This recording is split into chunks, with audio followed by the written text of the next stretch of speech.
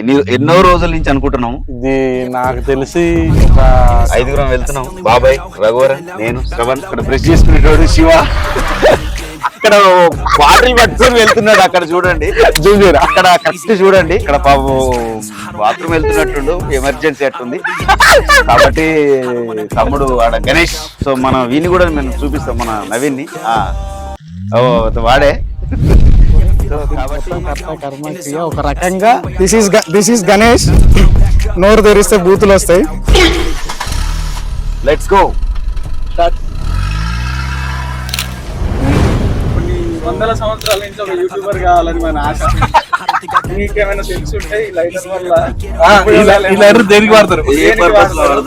కొంచెం యాప పుల్ల అంటే చాలా ఇష్టం నాకు. పల్లపుల్ల ఎప్పుడైనా రెగ్యులర్ గా పల్లపుల్ల వేసుకుంటాం.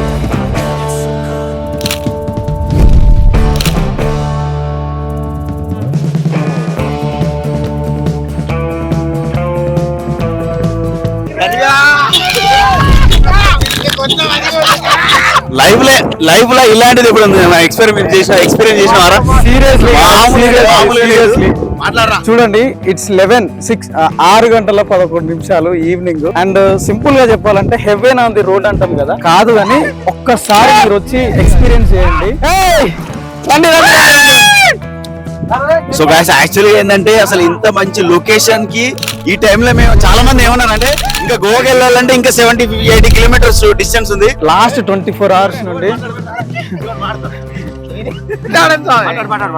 అన్మ్యూట్ చేసుకున్నాను ఆల్రెడీ. మాట్లాడదానికి నిజంగా చెప్తున్నాను. ఇలా చూడండి.